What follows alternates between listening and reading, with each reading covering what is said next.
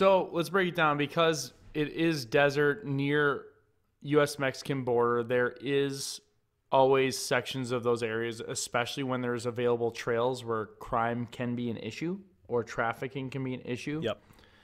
I'm going to go out and say I think that is less likely. I think it's less likely that she encountered somebody or something on a loop trail because it simply doesn't go anywhere.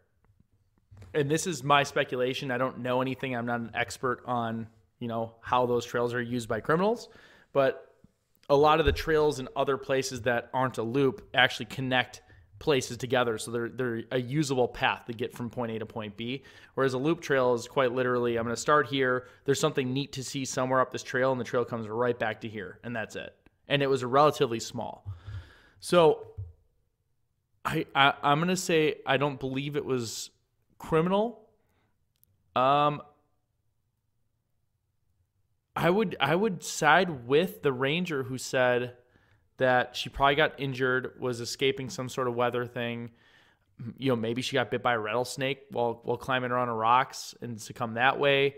That's plausible. I think it makes me think it's more plausible after the Paul Miller case because they had a huge search for him in a loop trail in desert climate, and they couldn't find him, and they ended up finding his remains, and it wasn't too far off where the path was. It was just a difficult area, and they had to use FLIR to find him.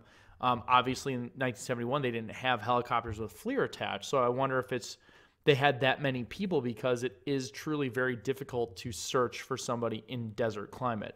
So I would say I'm 80 to 90% agreeing with the ranger in that regard. The one thing that throws me off is the very weird comments from the rangers about being spooked out by an area of a park that they should know about. Like, why did they all of a sudden get a spooky feeling about this section of the park? And what was up with the smells kind of coming and going? That's confusing me. And that like, if I want to go down the supernatural route, what does that mean in that regard? Yeah, I'm with you. I think I tend to side on the theory that the chief ranger mentioned, that you want your most rational theory. I think she was up there, and maybe she felt more comfortable in Bull Pasture on her second hike, so she was doing a little, sightseeing off trail, and maybe she, like you said, slipped and fell, got injured, and maybe it was kind of towards the end of the day, so she's like, well, I'm gonna take, she doesn't have probably gear to stay out in the cold that night, so she's like, I'm gonna take shelter in this little cave here, maybe. And maybe once inside the cave she got bit by a rattlesnake or something happened, her injury was more severe than she thought, and she passed away in the cave, and they just didn't happen to just find her in that cave. I think if they truly searched the park as in depth as we're told to believe, I would think if she had just crawled into one of those caves, the dogs would have found her. I agree, especially like they have cadaver dogs. So if people are smelling it, how would a dog miss dog it? Is going to smell it from a mile away if a human smells it. I mean, exactly. Yeah. And that's like the only time we ever hear about like the dogs being thrown off is if like nature or things have washed the scent away. So again, if humans are smelling it, there's no reason why a dog would not pick up on that scent. And if the dog is not, what are they smelling? Yeah. So for those of you listening that are kind of like the more supernatural bent, what is that smell coming from? I know if you believe in things like Bigfoot or Sasquatch, that people claim there's a very distinct odor when one of those creatures is present. So, on the far other end of the spectrum, can't prove it, and we will never know, that maybe that's what happened. I think there's a slight chance that she maybe was abducted by a criminal element that was in the park at the time. I mean, we know for a fact from the quick story about that law enforcement officer that was shot and killed by, drug smugglers from Mexico in 2002, that kind of element does exist in the park.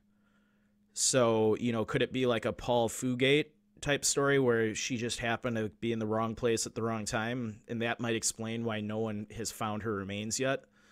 It's a pretty remote park. It's not traveled that often. You know, this is the 70s, so it's off season. You know, it's February. It's not one it's of like the right during a lot of the cocaine stuff that's going on. Yeah. With Mexico and so okay, I would say that raises the possibility a little bit more than I initially thought. I'll agree with you on that. Yeah, so I don't know. I think both theories are interesting. I think that she hurt herself and is still in the park is kind of the easier theory to talk about. But I think being that close to the border, you know, perhaps there was a criminal element involved and they abducted her, and she's not in the park anymore, and that's why, you know, such an extensive search turned up nothing.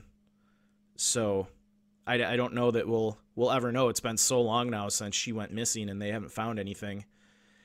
Who knows? But yeah, interesting case. I always find it interesting when there's other things at play, like these weird smells that the humans were smelling, but the dogs couldn't pick up. And yeah, that's really what's getting to me is, like, have we just constantly been wrong about how good these dogs right. are? I know that's not the case. I don't think we are, though. I think they are looking pretty. At the map, and it's this park is on the border. Mm-hmm. Like it's literally on the border. It's not near the border. It's on the border. Yeah, and I don't believe there's fences or anything. There might be. I don't know. I don't know about back in the 70s. Yeah, probably not back in the 70s.